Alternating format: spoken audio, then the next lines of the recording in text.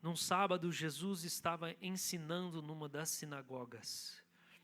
E chegou ali uma mulher, possuída de um espírito de enfermidade. Havia já 18 anos. Ela andava encurvada, sem poder se endireitar de modo nenhum. Ao vê-la, Jesus a chamou e lhe disse: mulher, você está livre da sua enfermidade.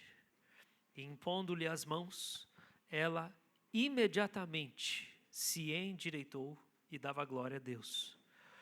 O chefe da sinagoga, indignado por ver que Jesus curava no sábado, disse à multidão: há 6 dias em que se deve trabalhar. Venham nesses dias para serem curados, mas não no sábado. Porém o Senhor lhe respondeu: hipócritas, cada um de vocês não desprende da manjedoura no sábado o seu boi ou o seu jumento para levá-lo a beber? Por que motivo não se devia livrar deste cativeiro em dia de sábado esta filha de Abraão, a quem Satanás trazia presa há 18 anos? Tendo Jesus dito essas palavras, todos os seus adversários ficaram envergonhados. Entretanto, o povo se alegrava por todos os feitos gloriosos que Jesus realizava.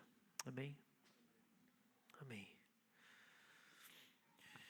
Essa semana eu assisti a entrevista de um policial que negociou com sequestradores que tinham tomado uma menina de 12 anos de idade e que em resgate pediram 10 milhões de dólares na cidade de São Paulo.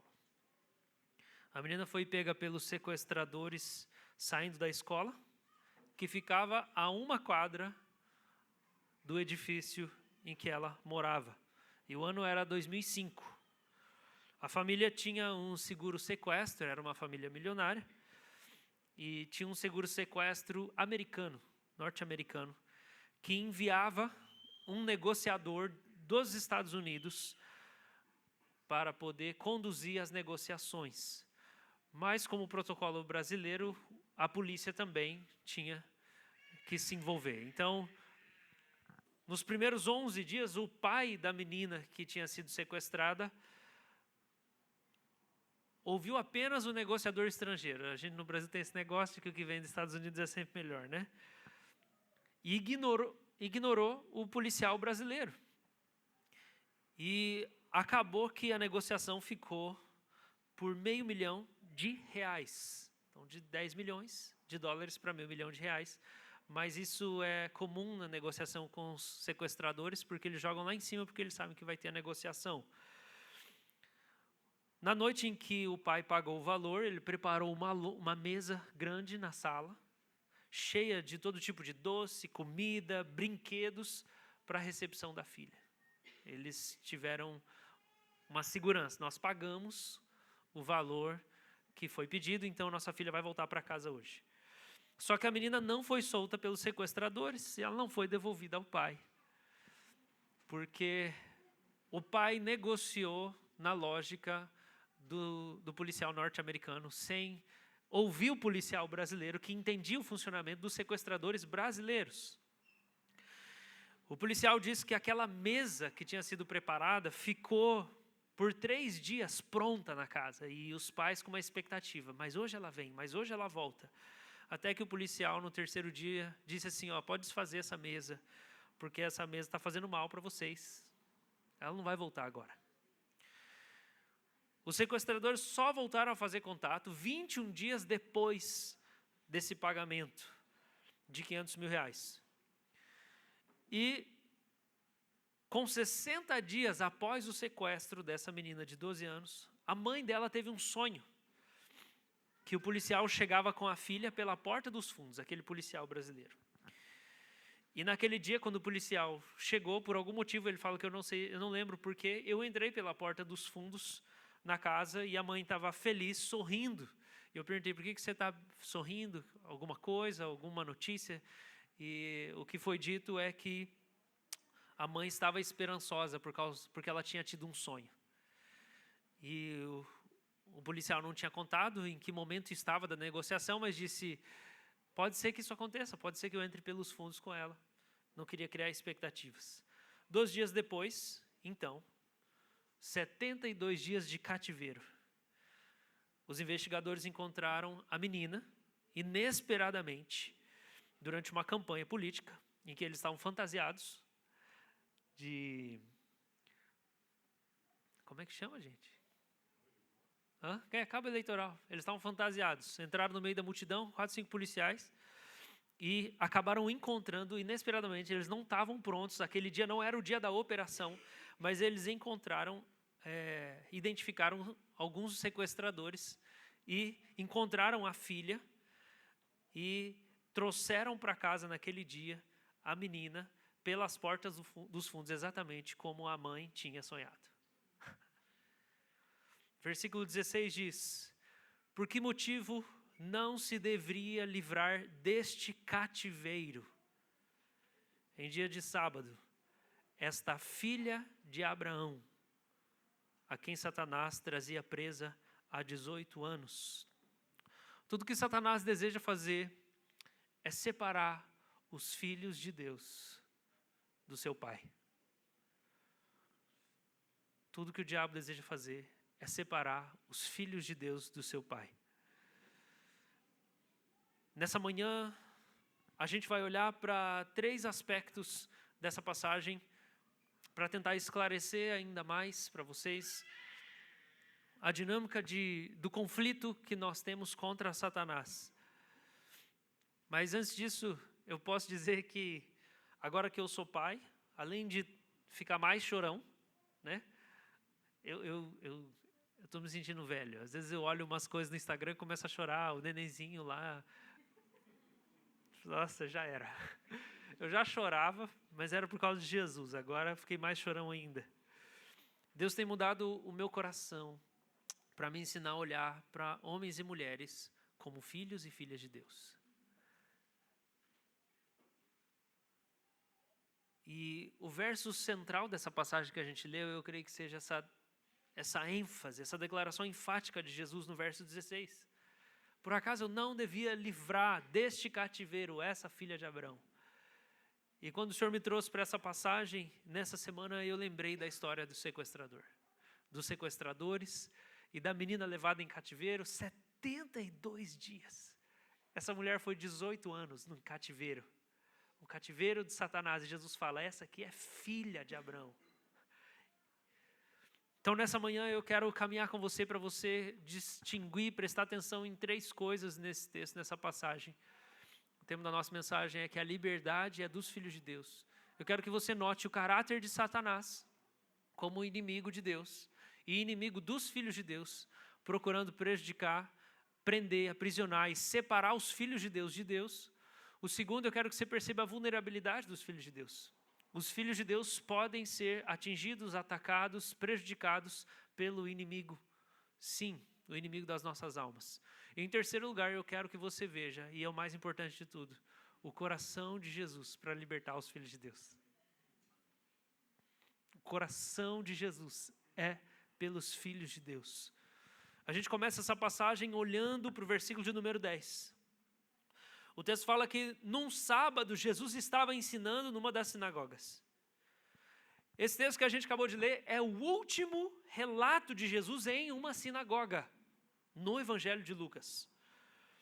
Jesus inicia o seu ministério numa sinagoga, se você lembrar disso, está lá em Lucas capítulo 4. Jesus entra na sinagoga no dia de sábado, é pedido para ele fazer a leitura do texto e o texto que Jesus lê, Isaías 61, falando da missão dele, porque o Espírito do Senhor está sobre mim, porque o Senhor me ungiu para pregar e me enviou para pregar boas novas aos pobres, para curar os quebrantados de coração, para restaurar a vista aos cegos, para anunciar o dia da vingança do nosso Deus. É um texto de Isaías 61 que está sendo citado ali. E Jesus está falando da missão dele. Ele está dizendo que ele era um ungido de Deus. E significando que ele é ungido de Deus, significava que ele era o rei, o Messias. Porque a palavra ungido, a fórmula ungido é usada no Antigo Testamento para se referir ao rei, aquele que Deus escolhia para liderar o seu povo, para livrar o seu povo da opressão dos inimigos, para ser um bom guerreiro, porque um bom rei precisava ser um bom guerreiro, que ia conduzir o exército para as batalhas, proteger o seu povo e reinar com justiça, com equidade, com retidão, e não com corrupção, não de maneira injusta, não apacentando a si mesmo, não querendo apenas enriquecer e ir atrás dos seus próprios interesses. Mas o rei precisava usar todo aquele poder que era recebido para o benefício do povo de Deus, eleito de Deus, dos filhos de Deus. E Jesus começa o ministério dele numa sinagoga, em Lucas capítulo 4, quando ele lê a passagem, ele diz: hoje se cumpriu essa escritura. Porque o Espírito do Senhor estava sobre Cristo. Ele tinha sido batizado por João Batista, e ali foi também o batismo de Jesus no Espírito Santo. O Espírito leva ele para o deserto, a gente falou disso 2 semanas atrás. Ele luta com Satanás no deserto, ele vence as 3 tentações que Adão recebeu, e como último Adão, Cristo vem na sinagoga e ele diz não só que ele era, a gente entende pela narrativa de Lucas, não só que Jesus era o último Adão, mas Jesus era o rei, que venceu. O primeiro rei de Israel foi Saul. E se a gente lê o texto da unção de Saul por Samuel, a escritura fala que um dia antes de Saul aparecer, porque ele estava procurando as jumentas do pai dele, ele nem sabia que ele ia ser rei, ele estava procurando as jumentas do pai. Um dia antes, Deus fala com Samuel assim: amanhã, a essa hora vai vir um rapaz aqui, e eu escolhi ele para ser rei sobre o meu povo, você vai ungí-lo, e ele vai livrar o meu povo. Primeiro rei de Israel. Essa foi a descrição da função dele. Ele vai livrar o meu povo. O primeiro Adão falhou. Jesus vem como o último Adão para cumprir em perfeição. O primeiro rei de Israel falha. Jesus vem como o último rei de Israel. E ele vai livrar o povo de Deus. E aqui, na última aparição de Jesus numa sinagoga, ele vem libertar uma filha de Abraão que está endemoniada. E do início ao fim do ministério de Jesus, desde o primeiro dia, e que ele vai na sinagoga, até o último dia, a resposta que ele encontra é de incredulidade. Coração endurecido. O coração dos frequentadores do culto. O coração dos estudiosos da Escritura é um coração duro. É um coração duro. Tudo que eles aprendem está apenas aqui, ó, na cabeça. E eles não conseguem perceber quando Deus está diante dos olhos deles agindo ou aparecendo diante deles. O texto fala que essa mulher, versículo de número 11, está escrito aqui que ela era possuída de um espírito de enfermidade. Mas a melhor tradução é que ela tinha um espírito de enfermidade. Você não tem a palavra possuído em nenhum lugar da Bíblia. Uau! Não existe a palavra possuído na Bíblia. Quero ler uma nota, um artigo, um capítulo de um livro do Sam Storms. O nome do artigo é: Um cristão pode ser endemoniado? E Sam Storms escreve o seguinte: isso pode ser uma surpresa para você, mas a Bíblia nunca fala sobre possessão demoníaca. Foi popularizado, essa expressão foi popularizada pelo seu aparecimento na versão King James de 1611. Isso deveria ser motivo suficiente para evitar o uso de tal linguagem. Mas, além disso, precisamos considerar o impacto emocional dessa frase, que eu acredito que prejudica uma discussão objetiva sobre o assunto. É difícil para muitos dissociar o conceito de possessão demoníaca das cenas do filme do Exorcista. Todos nós já entramos em contato, de alguma maneira, com essa ideia, esse imaginário do filme do Exorcista. É uma coisa dramática, extrema, e a gente acaba pensando que a possessão é isso. Primeiro, possessão não está na Bíblia e o Exorcista também não está na Bíblia. Gostaria também de salientar que o termo possessão implica propriedade. E é questionável dizer que Satanás ou um demônio possuem alguma coisa. Nenhum ser humano é propriedade de nenhum demônio.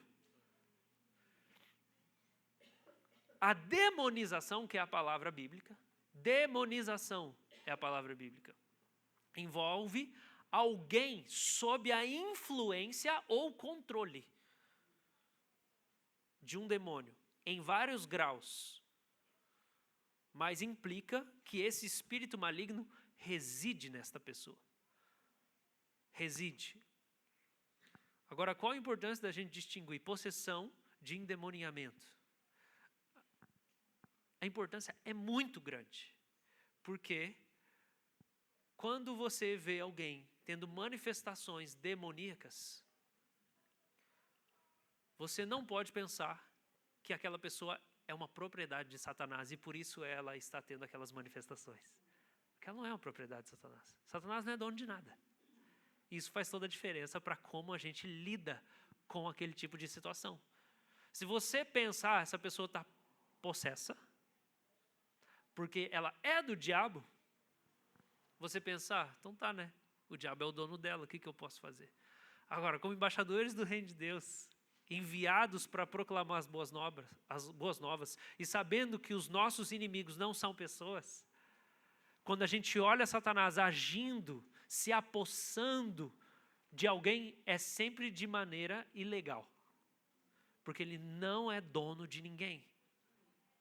A palavra demonização nunca é usada no Novo Testamento para descrever alguém que é meramente oprimido, assediado, atacado ou tentado por um demônio.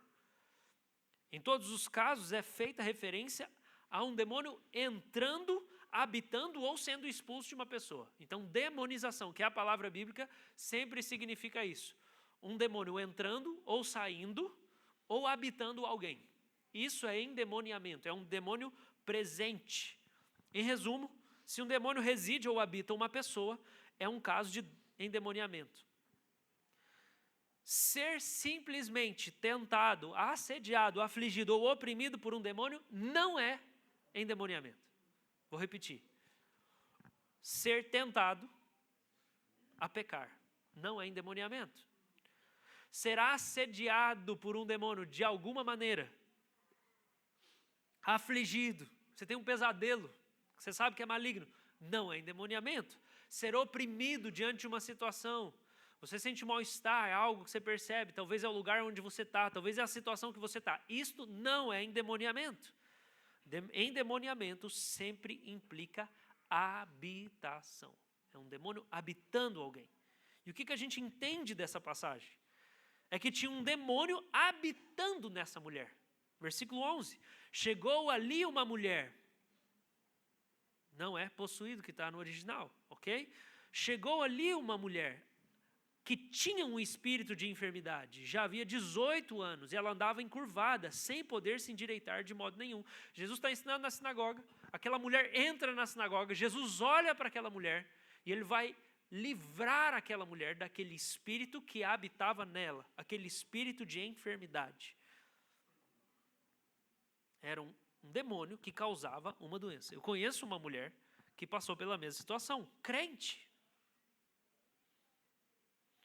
O que a gente identifica aqui? Um espírito de enfermidade. E como a gente falou na última mensagem, relato de sintomas e quando eles começaram. Lembra que a gente falou disso semana passada? Quando Jesus vai expulsar o demônio daquele rapaz que era jogado no fogo ou na água, ele pergunta, quando começou? Essa semana eu fiz um atendimento que foi por causa dessa frase.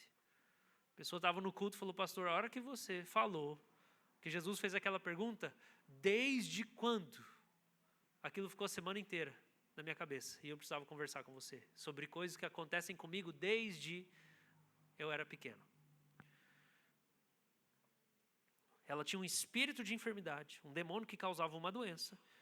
E aquilo começou há 18 anos atrás. Eu gostaria de ir com você, a gente vai e volta, tá? Versículo 16, para a gente poder fazer uma conexão aqui sobre a percepção de Jesus da situação. Verso 16 fala, por que motivo não se devia livrar deste cativeiro em dia de sábado esta filha de Abraão, a quem Satanás trazia presa há 18 anos? Jesus está se referindo ao endemoniamento como uma prisão espiritual, é uma cadeia. E a palavra aqui é laço. foi traduzido como cativeiro, mas pode significar laço. E isso é utilizado em outras passagens, a gente vai ver logo, logo. Mas Jesus está comparando ter um demônio habitando na mulher com uma prisão, com um laço, com um cativeiro. Mas Jesus se refere a essa mulher como filha de Abraão. Eu quero ler aqui um breve comentário de João Calvino sobre essa passagem.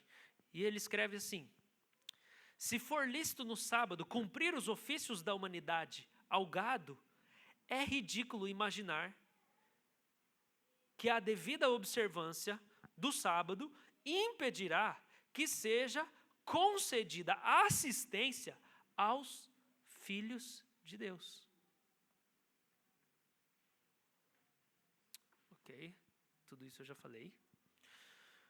Continuando a citação. E por que não poderíamos ter permissão para realizar um ofício semelhante de bondade para com o povo eleito de Deus? Especialmente quando a necessidade é mais urgente, quando alguém deve ser libertado das armadilhas de Satanás. João Calvino está interpretando essa filha de Abraão como uma mulher crente. Povo eleito de Deus, filhos de Deus. Eu vou ler mais um comentário de James Edwards sobre essa passagem e como é nebuloso esse tema de um crente pode ser possesso ou não. E aqui eu quero dizer uma coisa, não existe nenhum versículo na Bíblia que fala que pode ou que não pode. Tudo que a gente faz é inferência por causa de outros versículos. A gente tenta chegar a um consenso. E algumas pessoas vão dizer, o demônio na verdade não estava dentro, ele estava do lado, ou em cima, ou de baixo. E outros, não, mas estava dentro. Gente, pouco importa na verdade. O importante vai ser se ele sair. Onde quer que ele tenha estado? No braço, no pé, na cabeça, onde quer que ele esteja, o que importa é que ele saiu. E o que ele estava fazendo não está fazendo mais. Se era uma doença, agora não está mais doente. Se era uma tristeza profunda, agora não existe mais aquela tristeza. No entanto, a gente é levado a refletir sobre a possibilidade de onde é que podia estar esse demônio. James Edwards comenta que uma filha de Abraão, a expressão uma filha de Abraão, é mudada de forma proeminente para o ponto principal do versículo 16 no texto grego, para enfatizar as qualificações dessa mulher para a isenção do versículo 15. Então, em Lucas e Atos dos Apóstolos, Abraão não é apresentado como a personificação do povo da aliança de Deus e da família íntima, cujos membros representam os principais recipientes da missão salvífica de Jesus. Abraão, como principal recipiente das promessas de Deus, veio a ser o pai dos verdadeiros filhos de Deus. Jesus chama duas pessoas de membros da família de Abraão no Evangelho de Lucas. Duas pessoas. Duas. O primeiro é Zaqueu. Quando ele fala que Zaqueu é um verdadeiro filho de Abraão, por causa do quê? Vocês lembram do quê? Do arrependimento. Ele fala, eu me arrependo. E se eu tiver roubado alguém, eu vou restituir. Por que Jesus fala que Zaqueu é um filho de Abraão? Porque ele está mostrando fruto de arrependimento. Fruto de conversão. Então Jesus no Evangelho de Lucas chama um filho de Abraão, quando ele está falando de filho de Deus, de convertido. A outra passagem que Jesus fala de filho de Abraão é essa mulher aqui. Essa mulher aqui ele chama de filho de Abraão. Mas tem um terceiro indivíduo no Evangelho de Lucas que tenta se chamar de filho de Abraão e Jesus fala, esse aí não é. É o homem rico na parábola do Lázaro, que está no capítulo 16. Porque é como se ele abusasse da conexão sanguínea. Depois que ele é lançado no inferno, e Jesus está contando essa história do homem rico que maltratava Lázaro, que era um leproso, e depois que ele morre, ele vai para o inferno e ele fala assim, pede para o pai Abraão pingar uma aguinha aqui na minha língua. E Jesus conta aquela parábola dizendo, esse cara não é filho de Abraão. Esse cara está no inferno. E não tem como de lá passar para cá e de cá passar para lá. Morreu, morreu. Era aqui a chance. Então, a mulher encurvada dessa passagem, ela aparece como, relatada pelo evangelista Lucas, alguém que é membro do povo eleito. E é por isso, porque ela é parte do povo de Deus, que Jesus reivindica a libertação da habitação de um demônio. Então, como a gente deve entender a descrição de Lucas? É que aqueles que o próprio Jesus chama de filhos de Abraão, especialmente no Evangelho de Lucas, são verdadeiros crentes, são filhos de Deus. E que a gente tem que compreender nessa passagem que essa mulher encurvada recebe essa vitória sobre Satanás, ou qualquer atuação demoníaca, porque isso é uma herança dos verdadeiros crentes.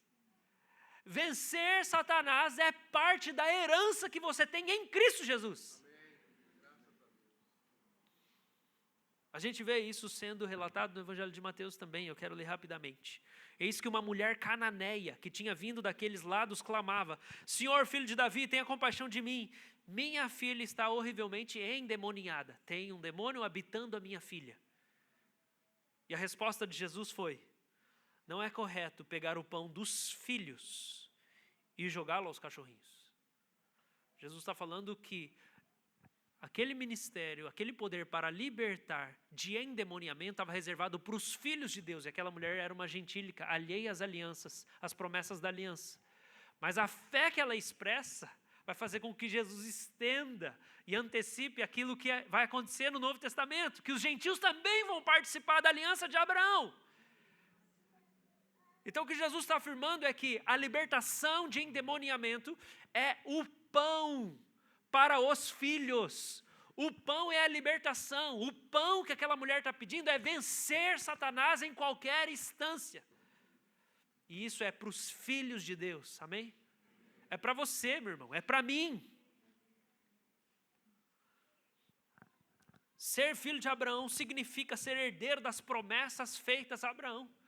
E pela graça de Deus, nós, gentílicos, fomos inseridos nessa aliança pela graça. E nós podemos herdar as promessas de Deus para Abraão e a sua descendência. E ser herdeiro das promessas de Deus significa ser parte de um povo que habita o planeta Terra, com quem Deus tem uma relação especial de amor e de aliança. Ser filho de Abraão significa ser filho de Deus. Ser perdoado pelos pecados, significa ser justificado, ser co-herdeiro com Cristo, estar assentados nas regiões celestiais com Cristo, estar unido a Cristo, ser embaixador do reino de Deus, ser habitação permanente do Deus Espírito. Significa ser cooperador do Evangelho. Significa o privilégio de conhecer os sofrimentos de Cristo, sentir o coração de Deus, ser recipiente do amor divino, ser transformado de glória em glória, por carregar a sua cruz e negar a si mesmo. Significa estar em um estado de graça. Isso significa ser filho de Abraão. Isso significa ser filho de Deus. E aqueles que receberam esse privilégio divino de pertencer a Cristo, recebem as promessas de Abraão e são alvo especial do amor de Deus. E uma dessas promessas é a vitória sobre Satanás. E aqui Cristo está estabelecendo o fundamento da libertação, ou de como vencer a batalha espiritual contra Satanás. O fundamento é você ver a si mesmo em Cristo pela fé. Vou repetir, o fundamento para você vencer a batalha espiritual, o fundamento para você provar de libertação de Satanás, não é apenas confiar em Cristo, é confiar em Cristo a seu respeito. Não é apenas dizer, eu creio que Jesus é o Salvador, e não crer que Ele é o seu Salvador. Eu creio que Jesus é o Senhor, mas não creio que Ele é o meu Senhor. Eu creio que Jesus vence Satanás, mas não creio que ele vence Satanás por mim. O fundamento é ver a si mesmo em Cristo, pela fé. De maneira que você começa a acostumar-se a sentir-se amado. Você começa a acostumar-se a sentir-se aceito por Deus. De tão vivas as promessas de Deus sobre você. E você entende que elas são para você, sobre você. E você se agarra a elas. O Spurgeon comenta sobre o Salmo 23, falando sobre como o bom pastor nos faz deitar sobre os pastos verdejantes. O Spurgeon comenta: que pasto é esse? Que grama verde é essa? Tão fofinha e gostosa para a ovelha deitar. E o Spurgeon propõe: são as promessas de Deus feitas a nós. As promessas de Deus feitas ao seu povo são os pastos verdejantes.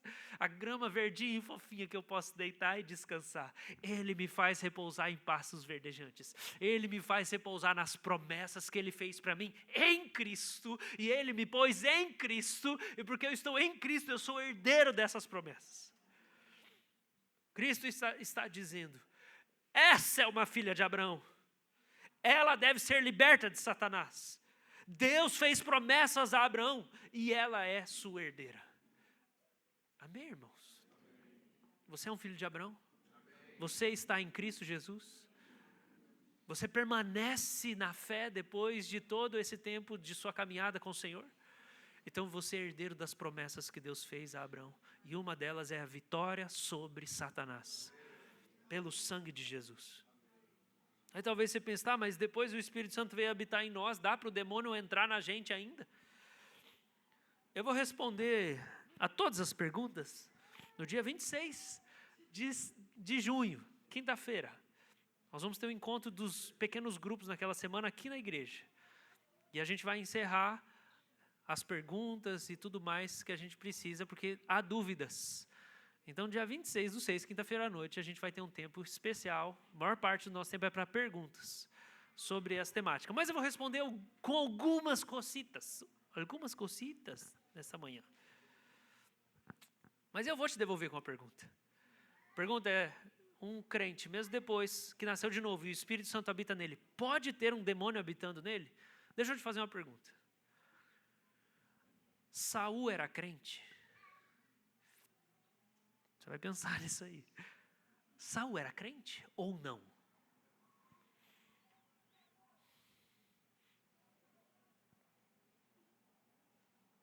Primeiro Samuel 10:9 diz que Deus mudou o coração de Saul. Ele recebeu o Espírito Santo. Não é dito que ele tinha sido lançado no inferno, apenas que Deus rejeitou o ofício dele como rei por causa da desobediência dele. Não que ele tinha sido expulso da aliança, mas que ele tinha sido removido do trono. Ele perdeu o ministério pela desobediência. Não que ele perdeu a participação da aliança que Deus tinha no povo. Algumas pessoas passam por isso. Você deve conhecer, pelo menos você ouviu falar, de gente que por causa da desobediência do pecado, perdeu o ministério. Perdeu aquilo que Deus tinha dado. Não que aquela pessoa deixou de ser participante da aliança. Só que o texto fala que Saul, e foi depois da desobediência dele, ele era atormentado por um espírito maligno. E daí quando Davi ia lá dedilhar, o espírito ia embora. Ah, pastor, mas não era dentro dele, era na verdade do lado, não sei. Reflexões. Ananias e Safira. Eu acho que eles eram crentes, porque é o contexto da igreja. E essa história teria pouca relevância para a igreja se eles nem fossem crentes mesmo. E Lucas, o próprio Lucas fala que Satanás encheu o coração de Ananias e Safira. Do que ele encheu? Dele mesmo? Encheu de mentira? Encheu de uma vontade? Encheu do quê? Não sei, a Bíblia não fala também. Mas a gente sabe que Satanás pode encher o coração de um crente. Pelo menos nos dá a entender isso. 1 Coríntios 10, 14 a 22, Paulo fala que os crentes tinham koinonia com os demônios. Comunhão. A mesma palavra que Paulo fala quando ele vai dar a bênção no final da epístola, a comunhão do Espírito Santo seja com vocês. A koinonia, essa união íntima. Ele está dizendo, quando vocês se sentam para comer na mesa dos ídolos, vocês têm comunhão com os demônios.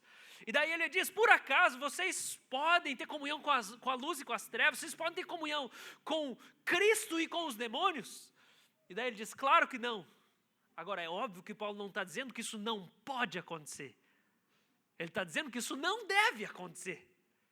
Senão não tinha motivo para fazer essa exortação, essa correção. Então tem algumas coisas que a gente pode pensar a respeito disso, mas eu quero continuar caminhando na nossa passagem aqui nessa manhã. Olhando ainda para o versículo 16, peço que você me acompanhe, por favor, versículo 16, mais uma vez, que é o versículo central da passagem. Por que motivo não se devia livrar desse cativeiro? Em dia de sábado, essa filha de Abraão, a quem Satanás trazia presa há 18 anos. Lendo mais um pouquinho o comentário de João Calvino sobre essa passagem, ele diz assim, as palavras de Cristo apresentam uma dupla comparação. A do gado com a filha de Abraão e a do cabresto pelo qual o jumento ou o boi é amarrado ao seu estábulo com as correntes de Satanás, pelo qual ele mantém os homens presos para a sua destruição. Você, diz Jesus, que é tão escrupuloso quanto a observância do sábado, aventura-se a soltar bois e jumentos e levá-los para beber. Gente, então o que é importante para nós olharmos nessa passagem é que Jesus compara filhos de Abraão com rebanho. Os filhos de Abraão são parte do rebanho. E a palavra que Jesus usa aqui, desprender o gado, é a mesma palavra grega para livrar a filha de Abraão. Então aqui Jesus, gente, nessa passagem, com tudo isso que está acontecendo, na sinagoga, a última vez que ele entra na sinagoga, ele vai impor as mãos nessa mulher, ele vai falar para ela, você está livre, o demônio que habitava nela saiu dela. Jesus, então, é confrontado pelo chefe da sinagoga, e aquele chefe da sinagoga não chega depois que Jesus liberta aquela mulher. Agora você imagina, está aqui, ó, nessa reunião, entra uma mulher andando desse jeito assim, todo mundo percebe. Eu estou pregando. De repente eu saio daqui, encosto a mão nela e falo, você está livre da enfermidade. A mulher endireita na hora. Todo mundo percebeu, essa mulher foi curada. O milagre aconteceu. O chefe da sinagoga não vira para Jesus e fala, você não podia fazer isso, Jesus. Porque hoje é sábado, e no sábado a gente não pode trabalhar. E você estendeu a mão. E isso significa trabalho. Porque é isso que está na cabeça do chefe da sinagoga. Ele estendeu a mão, isso é trabalho. Ele não fala com Jesus. O texto fala que ele volta para a sinagoga inteira. Ele quer desautorizar Jesus. E ele fala assim, 6 dias trabalharás. Ele começa a citar o Antigo Testamento. Para reprovar aquilo que Jesus fez.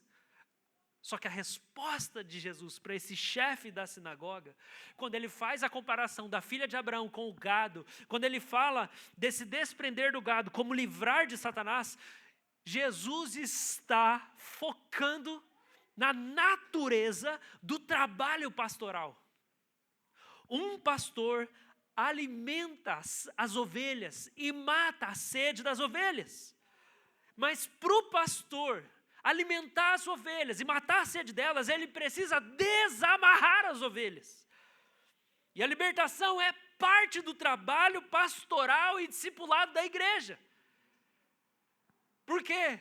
Um crente amarrado, aprisionado em cativeiro, não pode alimentar-se adequadamente, não pode crescer espiritualmente como ele precisa, não pode tornar-se forte, desenvolver-se na fé como ele precisa. E aqui Jesus demonstra isso com a comparação que ele faz, porque ele está revelando o coração dele de pastor. Ele é o bom pastor, e ele está falando, eu estou pegando essa ovelhinha aqui, e eu estou soltando ela, porque ela precisa beber água, ela precisa beber da água da vida, e você, chefe da sinagoga, não pastoreia esse povo de verdade, você está preso na rigidez litúrgica, e você não está prestando atenção no povo eleito de Deus. que Deus colocou sob seus cuidados. Jesus, bom pastor, estende a mão, ele toca a ovelha, ele liberta do demônio para que a ovelha beba da água da vida. Agora eu quero dizer que é óbvio que um doente, uma pessoa enferma, não precisa ser curada fisicamente para receber o Espírito Santo. Presta atenção no que eu estou falando. Uma pessoa não precisa ser curada fisicamente para receber o Espírito Santo, para ser cheia do Espírito Santo, para receber e beber da água da vida, beber do Espírito. Você não precisa ser curado de uma doença para que isso aconteça com você. Mas a plenitude do Espírito na vida de alguém, o enchimento do Espírito na vida de alguém, envolve libertação de demônios, se algum demônio existe na sua vida. Ter o Espírito como selo, ser nascido de novo, não significa que você não tem luta nenhuma espiritual, ou você não tem nenhum laço na sua vida. Mas eu quero dizer para você que ser enchido do Espírito, crescer na semelhança de Cristo, amadurecer, não tem como isso acontecer e um demônio continuar habitando você. E aqui a gente entende que não é a vontade de Deus que o povo dele viva aprisionado a Satanás. Não é a vontade de Deus. Ter mais do Espírito Santo, ter mais da água viva, ser levado mais para as águas de descanso e para os pastos verdejantes, significa vencer os laços de Satanás na sua vida. Já eu vou falar sobre laços. Versículo de número 15 é quando Jesus briga com o líder do fariseu e o repreende, chamando ele de hipócrita. E o que Jesus está questionando é a observância equivocada do sábado. É uma observância equivocada. Ele está dizendo que aquele homem não era um verdadeiro pastor. Ele era um chefe da sinagoga. Ele era um administrador religioso, mas ele não era um verdadeiro pastor, com coração de pastor que cuidava das pessoas. Porque Jeremias 23, o profeta condena os pastores que não cuidam das ovelhas e não as apacentam. Jesus está dizendo, essa mulher não pode beber água porque ela está amarrada. E aquele cara não estava se importando com isso, aquele líder não estava se importando. Jesus está acusando aquele chefe da sinagoga de não soltar as ovelhas para apacentá-las. Ezequiel 34, o profeta declara, vocês não fortaleceram as ovelhas fracas, não curaram as doentes, não enfaixaram as quebradas, mas dominam sobre elas com força e tirania. Vocês não estão cuidando do povo de Deus. Irmãos, eu acho que a igreja ocidental está numa crise pastoral. Porque todo mundo quer ser apóstolo, ou pregador, ou mestre, ou evangelista, ou profeta. Ninguém quer ser pastor. Ninguém quer cuidar das pessoas. As pessoas querem viajar, elas querem ficar famosas, elas não querem ficar numa igreja e olhar para as pessoas e conhecê-las pelo nome, e visitá-las e ouvir as histórias delas. Elas não querem crescer no amor, porque isso demanda amor. Ser o chefe de uma igreja não é difícil. Basta algumas habilidades administrativas e de comunicação. E Jesus está falando para o chefe da sinagoga, você é hipócrita, cara. Você não é verdadeiro pastor, essa mulher está aprisionada e ela está com sede. E você não está se importando que eu tirei um demônio dela agora, e agora ela está livre depois de 18 anos. Eu tirei essa filha de Deus do cativeiro. Ela estava sequestrada.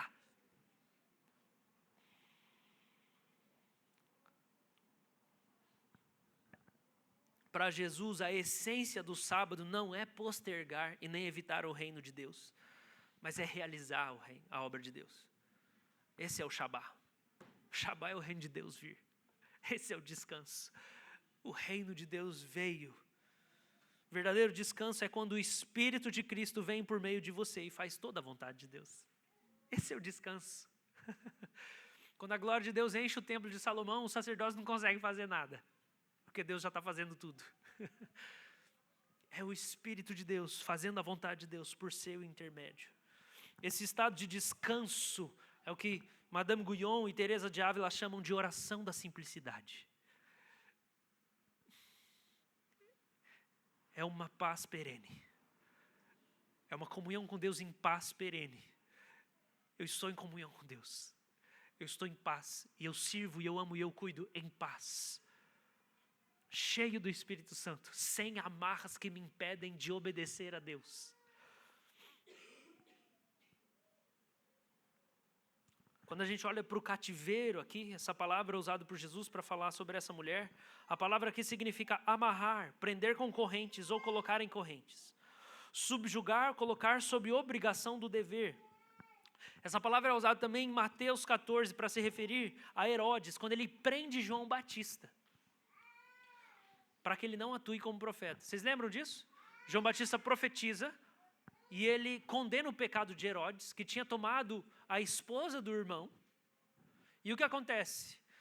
Herodes, então, aprisiona João Batista para que ele não atue como profeta. Ele coloca João no cativeiro. É a mesma expressão usada aqui. Mas a gente vê também, e daqui eu quero trazer essa definição para cativeiro ou para laço do diabo, no qual alguns de vocês podem estar. É uma ação de Satanás que impede você de fazer a vontade de Deus. É uma atuação de Satanás na sua vida que te impede de fazer, de cumprir o seu chamado e a vontade de Deus para você. Às vezes pode ser uma doença. Às vezes pode ser dano material. Isso pode ser de diversas ordens. Isso é chamado em 2 Timóteo 2 de laço do diabo. De novo, Paulo conecta, agora não é Jesus, é Paulo. Ele conecta o trabalho pastoral com o ato de desprender uma ovelha do laço. Isso está escrito em 2 Timóteo capítulo 2. Que Timóteo teria esse trabalho de, com mansidão, com cuidado, disciplinando e cuidando das ovelhas, para que elas fossem soltas dos laços do diabo, tendo sido feitas cativas por ele para cumprirem a sua vontade. Essa palavra laço também pode significar armadilhas nas quais os pássaros estão emaranhados e capturados. Então, se você orou essa semana, Salmo 91, livrará do laço do passarinheiro, é disso que está falando. É um laço, é uma armadilha. Só que o texto também fala que esse laço, o significado da palavra, esse laço implica a ideia de inesperado, de repente. Porque pássaros e animais são pegos sem saber. Uma armadilha que traga perigo, perda ou destruição. Que pode significar o fascínio das seduções do pecado. O fascínio ao pecado pelos quais o diabo mantém um vínculo com uma pessoa. O diabo convenceu você que você precisa ganhar X, que daí você vai ser feliz. Deixa eu falar para você, a gente não precisa, gente, sempre ganhar mais. Você não faça do objetivo da sua vida sempre ganhar mais dinheiro. Você não precisa sempre agora, eu já estou com 30, eu já estou com 40, eu já estou com 50, agora eu tenho que ganhar mais. A vida do homem não consiste na quantidade de bens que ele possui.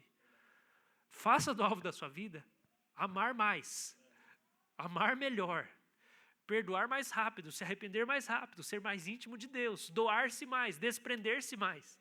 Não conta o sucesso da sua vida com o tamanho do seu orçamento a cada dia que passa, ou a cada década que passa.